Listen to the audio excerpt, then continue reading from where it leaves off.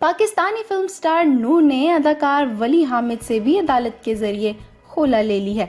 استاد حامد علی خان کے بیٹے ولی حامد خان اور اداکارہ نور نے 2015 میں خاموشی سے شادی کی تھی، جو کہ اداکارہ کی چوتھی شادی تھی۔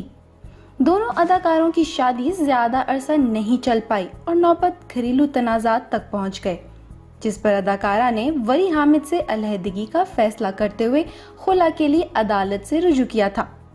گزشتہ سماعت پر عدالت نے اداکارہ نور اور ولی حامد کو آپس کے اختلافات ختم کرنے کے لیے 15 منٹ کا وقت بھی دیا، لیکن ولی حامد نور کو منانے میں ناکام رہے۔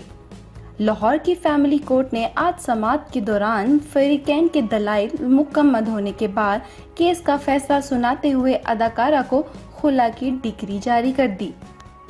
یاد رہے کہ اداکارہ نور کی یہ چوتھی شادی ہے جو ناکامی کا شکار ہوئی ہے۔